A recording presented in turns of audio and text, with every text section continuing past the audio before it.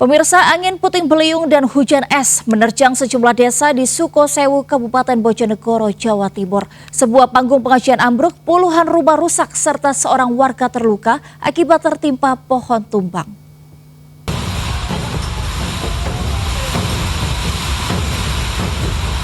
Detik-detik saat hujan deras disertai dengan angin kencang merubuhkan panggung pengajian di Desa Pacing, Kecamatan Sukosewu, Kabupaten Bojonegoro, Jawa Timur, Senin petang, terekam video amatir warga. Kencangnya angin membuat besi penyangga panggung terangkat hingga panggung roboh. Angin kencang juga membawa hujan es di kawasan itu. Butiran es sebesar kerikil membuat sejumlah atap rumah warga roboh.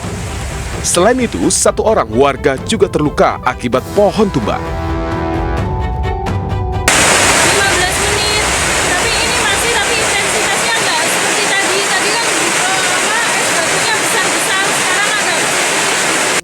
Iya, untuk wilayah Jawa, untuk berapa hari ke depan, untuk 3 hari ke depan memang masih ada potensi hujan, namun sifat hujannya hanya hujan ringan dan lokal, terutama di sore hari.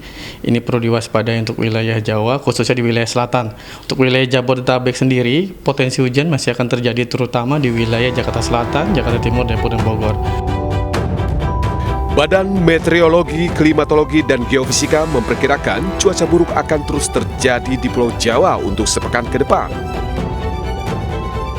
Fenomena cuaca buruk di Jawa Tengah ini merupakan fenomena wajar karena kawasan itu tengah memasuki musim hujan. Diperkirakan puncak musim hujan akan dimulai awal Desember.